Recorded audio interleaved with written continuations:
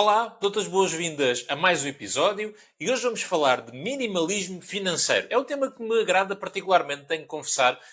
O tema do minimalismo, de uma forma geral, é algo que me agrada. Eu sinto mesmo que vivemos numa altura, numa época em que nos esquecemos um pouco disto e que de repente toda a gente quer mais e mais e mais. E quando digo mais, quer mais coisas, quer mais dinheiro, quer mais experiências, quer mais. E na verdade eu acho que muito do segredo da felicidade, sendo muito ambicioso nesta frase, está na verdade na questão do querer menos. Atenção, querer menos não é querer ser, vou usar a expressão, miserável. Não é viver na miséria, não é na pobreza, não é sermos todos monges tibetanos a viver metidos numa gruta. Não é isso. O minimalismo é muito mais sobre o que é essencial do que necessariamente ter pouca coisa. Porque, na verdade, e se formos muito honestos connosco próprios, quando começamos a pensar, eu acho que na maior parte dos casos e na maior parte das nossas cabeças, nós não precisamos assim de tantas coisas, materialmente falando, para sermos felizes. E por isso, hoje vamos falar um bocadinho sobre minimalismo financeiro, o que é e que, eventualmente, se isto faz sentido para ti ou não.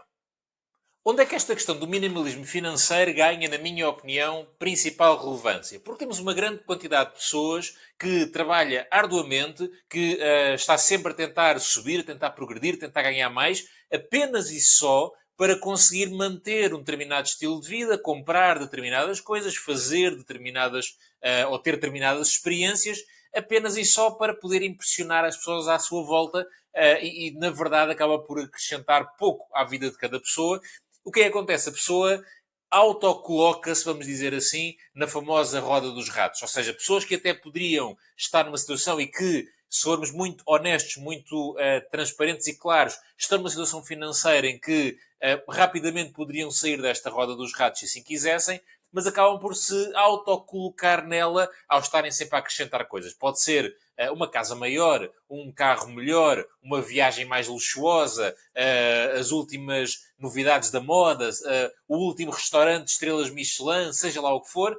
São pessoas que estão constantemente à procura de novas coisas, que são financeiramente dispendiosas, e isso, de certa forma, força-as a estar nesta roda dos ratos constante. O que eu desafio é, no fundo, a pensar, e se identificas com esta mensagem de alguma forma, a pensares porque é que realmente estás a fazer isso? Porque é que realmente estás a querer mudar para uma casa maior? Estás a querer um carro mais novo ou melhor? Estás a querer a última moda? Estás a querer o último iPhone? Porquê? É porque realmente precisas, e aí tudo bem, nada contra, ou é porque queres e é realmente importante para ti, e aí desafio-te a pensar se é realmente importante para ti, e este equilíbrio entre o esforço que tens que ter para ter uma determinada coisa e mantê-la e vamos dizer, o valor que essa coisa te vai trazer à tua vida, ou se é, e eu acredito que muitas pessoas, quando param para pensar, ou se pararem para pensar se vão enquadrar neste grupo, é por uma questão mais de pressão social. Porque é esperado, porque eu fui aumentado, é esperado que eu tenha um carro melhor. Porque se eu mostrar que materialmente tenho mais coisas, que faço mais coisas, então consigo ganhar alguma importância, alguma relevância nas pessoas à minha volta. E, portanto, se calhar estás a gastar mais dinheiro do que precisas e talvez não estejas a fazê-lo pelos melhores motivos ou até estás a fazê-lo sem te dar conta.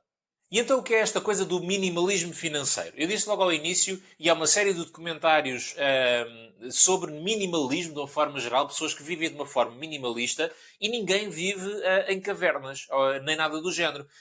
Aliás, há um programa no TLC que se chama Extreme Cheapsteaks, desculpa, que basicamente são os forretas levados ao extremo, e aí é uma situação muito diferente. Aí são situações, e eu acho que até pessoas que têm alguma coisa que devia de ser acompanhada ou devia de ser ajudada, porque é isso, são comportamentos completamente fora da norma, pessoas que têm atitudes numa perspectiva de poupar dinheiro, uma coisa completamente alucinada, vou usar a expressão. Eu lembro-me de um caso de uma senhora que cozinhava algumas coisas na máquina de lavar louça, utilizando os vapores da máquina, basicamente. Ou seja, imagina, está a lavar louça, mete a máquina a trabalhar e no tabuleiro de cima metia um outro tabuleiro com a comida tapada com folha de alumínio e que aquilo depois, com os vapores da máquina, cozinhava.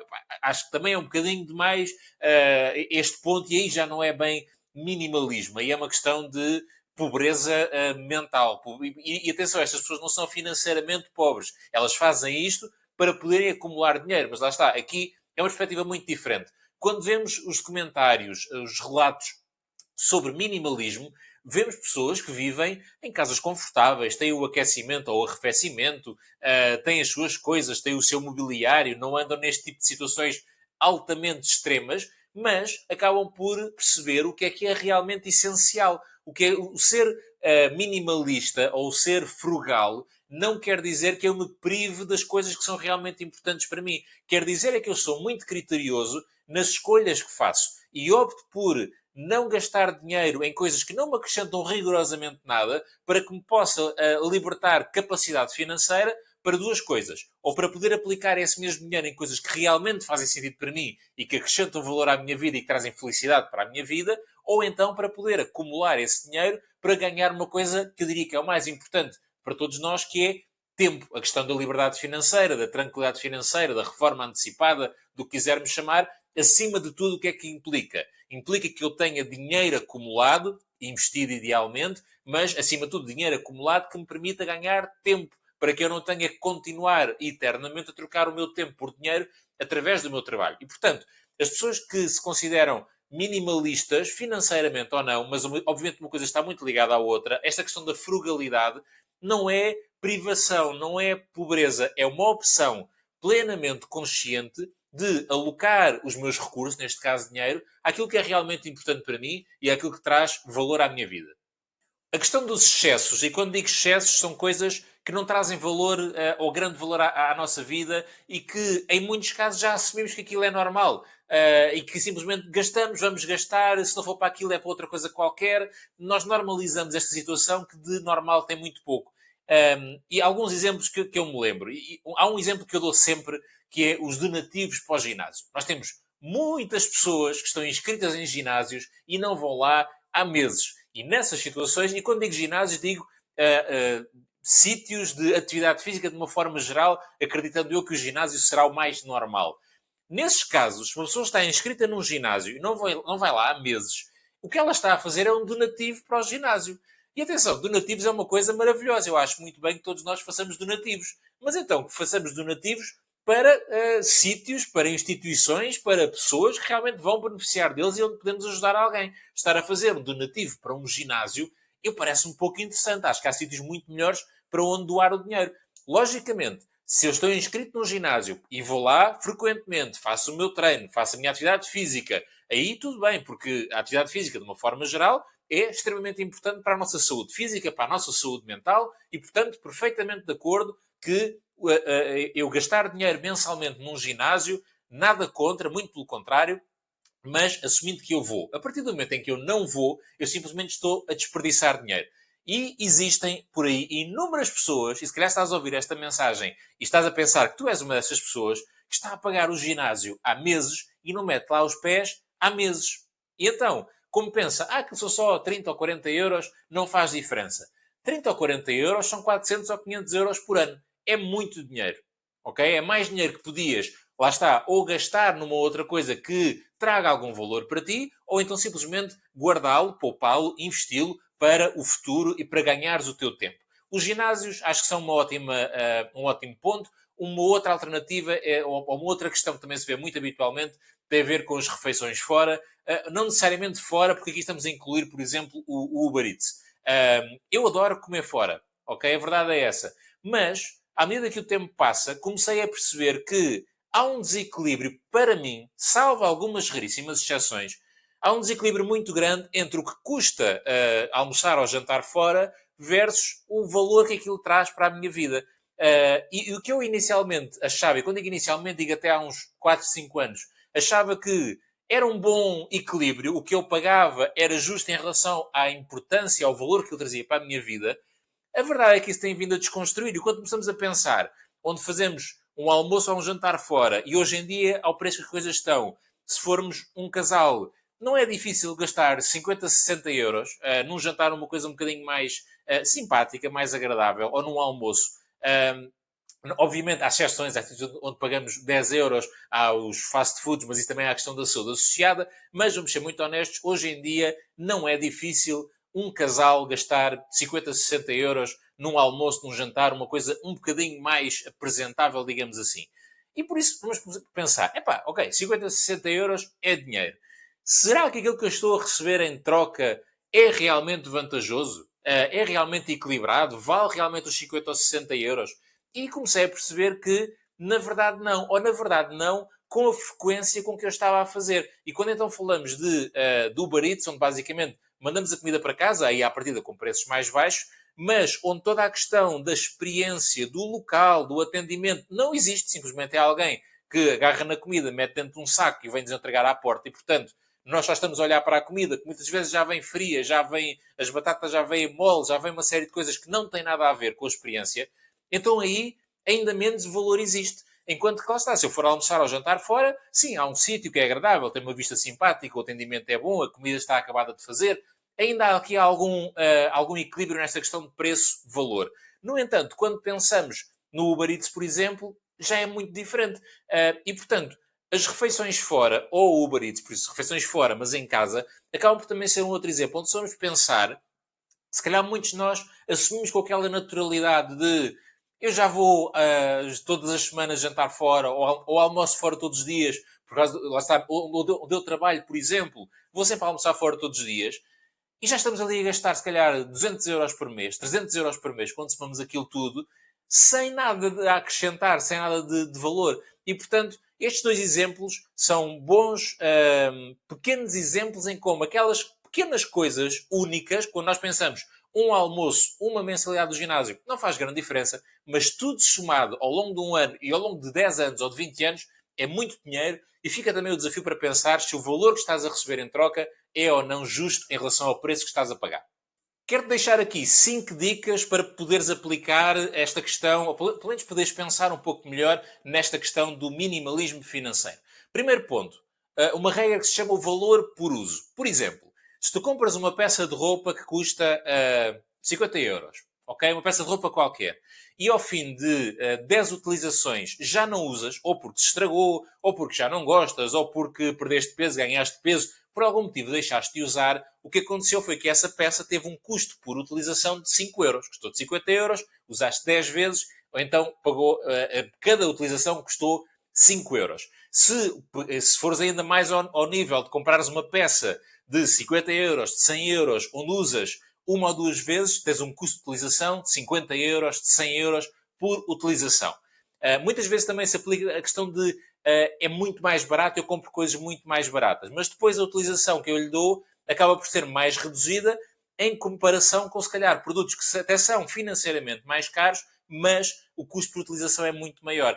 A questão da roupa, por exemplo, já há aqui um equilíbrio onde nós podemos pensar, compensa ou não pagar um pouco mais por ter um produto de maior qualidade que me dura mais tempo. Atenção à questão de já não gosto, atenção à questão de ganhar ou perder peso, atenção, por exemplo, à questão de roupa para os filhos enquanto são bebés ou muito, muito pequenos, estão sempre a crescer e por isso, na minha opinião, é um completo desperdício de dinheiro gastar muito dinheiro em roupa para bebés que depois vão utilizá-lo uma vez, duas ou se calhar nenhuma e por isso tens um custo por utilização gigante. E por isso pensa sempre nessa perspectiva. Não é só o custo, no sentido de quanto é que me custa comprar este produto agora, mas sim quantas vezes é que eu vou utilizar, com que regularidade é que eu vou utilizar isto e chegares a essa conclusão de quanto é que me custa por cada utilização.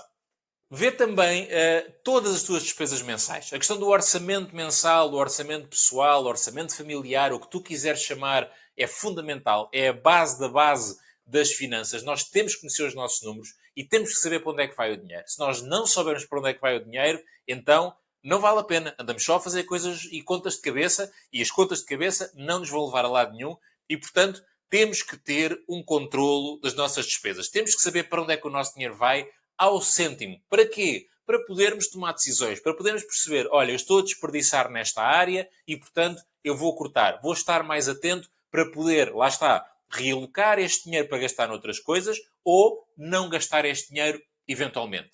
Terceira dica, cuidado com as assinaturas, as mailing lists, as notificações que temos no telemóvel, das nossas aplicações todas, porque às vezes há esta tendência. Todos nós recebemos aquelas newsletters das lojas a dizer que tem 50% de desconto, agora há umas promoções, agora há umas campanhas. Muitas das aplicações, por exemplo, o Uber Eats faz isto muitas vezes. Se nós não utilizarmos durante um período de tempo, aparece lá uma notificaçãozinha, desconto não sei o quê, que não paga a entrega, 2 por 1. E, portanto, atenção a estes alertas constantes ao nosso consumo. E, portanto, recomendação, se nós não nos conseguimos controlar, ou então até conseguimos e simplesmente aquilo não está a acrescentar nada à nossa vida, então, pura e simplesmente, cancelar essas notificações, desinstalar essas aplicações, porque nós estamos automaticamente a limitar esta visibilidade. E por isso, se nós sabemos que já não estamos constantemente a receber aquelas notificações, a receber aquelas mensagens, obviamente que a probabilidade de eu ir lá comprar é mais baixa. Se eu já não sei, porque já ninguém me diz, porque já não recebo o e-mail, já não recebo a notificação, eu já não sei que há uma promoção na Zara, a probabilidade de eu me lembrar de ir à Zara se não precisar é muito mais baixa. Agora, obviamente, se eu tenho que comprar a roupa, eu estou a dizer a Zara, como mero exemplo, nem sequer é uma loja que eu compro muitas vezes de todo. Mas, mero exemplo. Agora lá está. Se eu preciso de roupa ou vou à Zara, está lá uma promoção, ótimo, eu vou aproveitá-la, nada contra. Mas o que nós fazemos é cancelar esta inversão, ou seja, deixamos de permitir que sejam as marcas, que sejam as lojas a criar-nos a necessidade. Isto é uma estratégia de marketing básica, criar a necessidade no cliente. Se o cliente não vem, nós tentamos motivá-lo, oferecemos-lhe coisas, oferecemos um desconto, relembramos que está a chegar o aniversário, relembramos que é o dia da mãe, do pai, seja lá do que for. E, portanto, ao nós cancelarmos estes e-mails, estas notificações, automaticamente estamos a limitar a quantidade de vezes que vamos sofrer esta tendência. Quando falamos ainda no orçamento pessoal, que foi o ponto que eu disse há pouco, nós temos essencialmente três coisas. Temos as coisas que nós temos que gastar, temos a renda, as contas da água, da luz, temos o supermercado, temos isso tudo.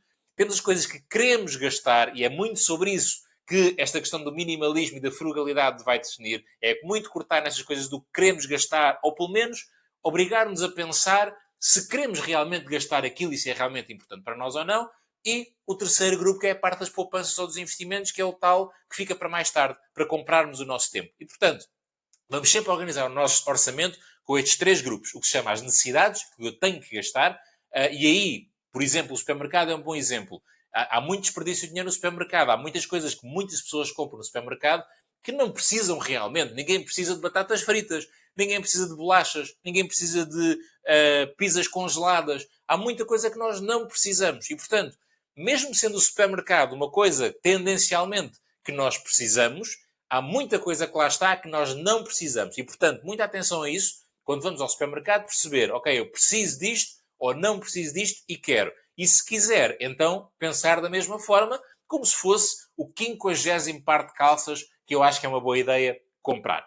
O quinto e último ponto é mais, vou-lhe chamar filosófico, motivacional, não sei muito bem, é uma coisa assim deste género, que é basicamente perceber o que é que tu realmente queres, o que é que tu realmente valorizas, qual é a intenção da tua vida, qual é a intenção daquilo que estás a fazer e perceber como é que as finanças, as tuas finanças, estão a ser usadas ou não para esses tópicos. Ou seja, se o que é importante para a tua vida é X, a forma como estás a gerir as tuas finanças está alinhada com este X ou não.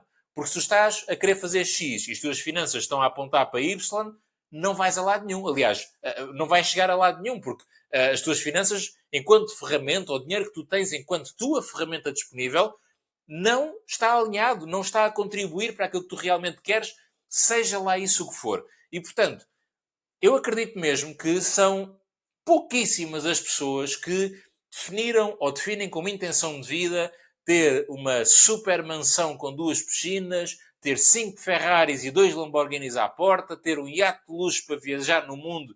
Eu acredito, algumas pessoas definiram isto e se o fizerem, trabalhem para isso, nada contra.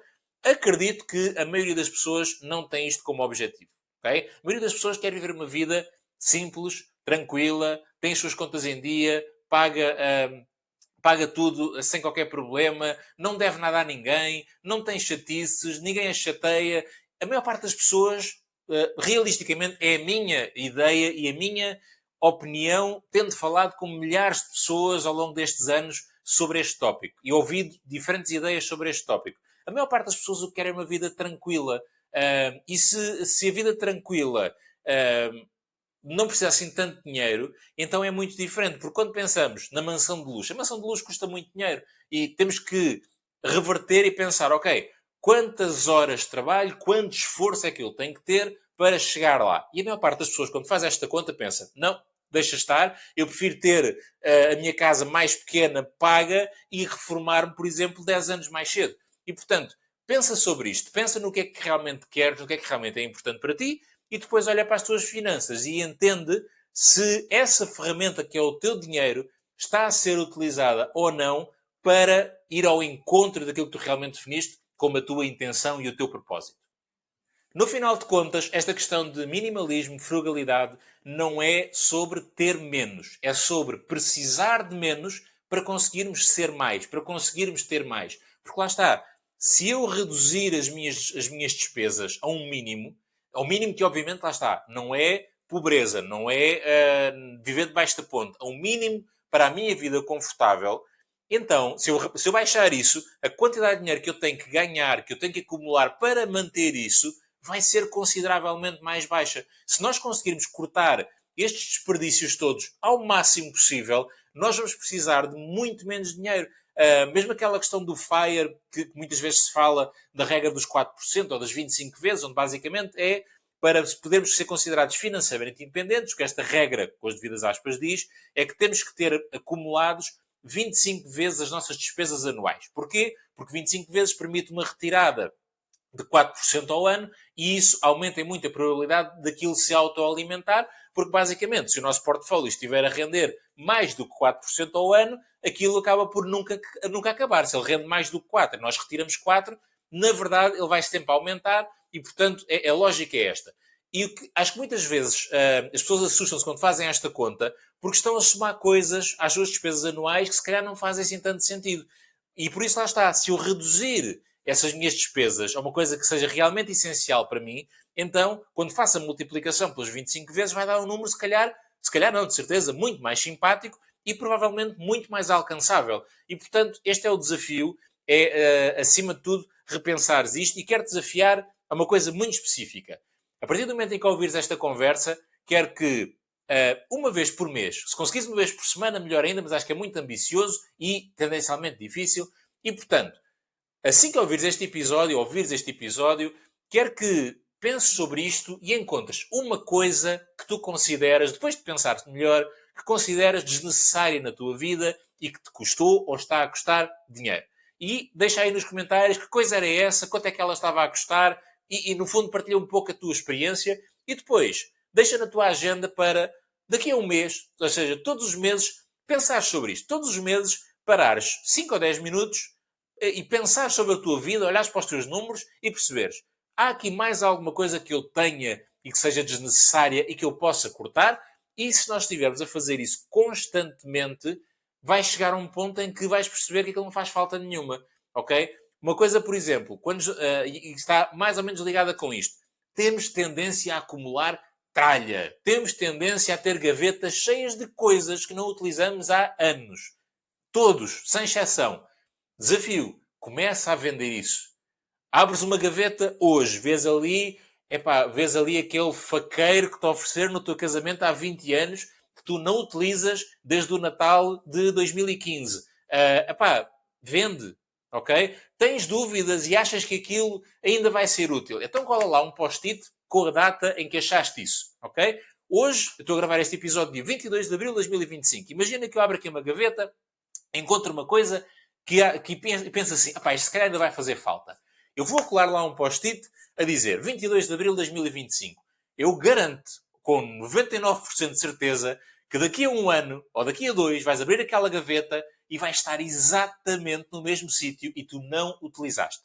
Ok? Portanto, sempre que tiveres dúvidas, tem uma abordagem prática. Escreve. Quando é que é a última vez que tu olhaste para aquilo, que tu utilizaste aquilo e depois vais ver o tempo a passar e tu nunca mais te lembras daquilo. Vais ver que se começares a vender estas coisas na Vinted, no OLX, no Facebook Marketplace, se doares, simplesmente deitares fora se já não tiverem condições, vais perceber que não precisavas nada daquilo. Vais perceber que tens uma casa muito mais arrumada, com muito menos tralha, muito menos lixo acumulado, muito menos limpezas para fazer e que nada daquilo foi realmente importante. Porque nós temos esta tendência de achar que vamos precisar. Não vamos. Se nós fôssemos precisar do faqueiro que a avó nos deu há 20 anos, já o tínhamos utilizado e ele não estaria no fundo da gaveta, estaria à frente porque estávamos a utilizar. E, portanto, há coisas que obviamente têm um valor sentimental, que eu percebo, sou sensível a isso, mas mantém aqui algum critério, algum espírito aberto para perceber o que é que te está a agarrar aquilo, se é que há alguma coisa, e se não está, então começa a libertar-te. O que é que isto também é? Isto também é minimalismo, também é frugalismo. Ter menos coisas. Ter menos coisas em casa, ter menos coisas contigo, também é uma imagem de minimalismo e de frugalismo, e que neste caso, ou de frugalidade, desculpa, e que neste caso também, se conseguires vender, ajuda as tuas finanças. Portanto, é um dois em um. Este então era o tema que eu queria falar contigo hoje, o tema do minimalismo, da frugalidade, tudo isso. Espero que tenha feito sentido para ti e que tenha ajudado eventualmente a pensar um pouco melhor nestas questões que são financeiras e não só. Não te esqueças de deixar o teu like, de seguir o canal onde estiveres a ver ou ouvir este episódio. Se houver algum tópico que gostasses que eu trouxesse uma próxima conversa, basta deixares aí um comentário e eu tenho todo o gosto a ir ao encontro dos teus pedidos. Muito obrigado e até à próxima.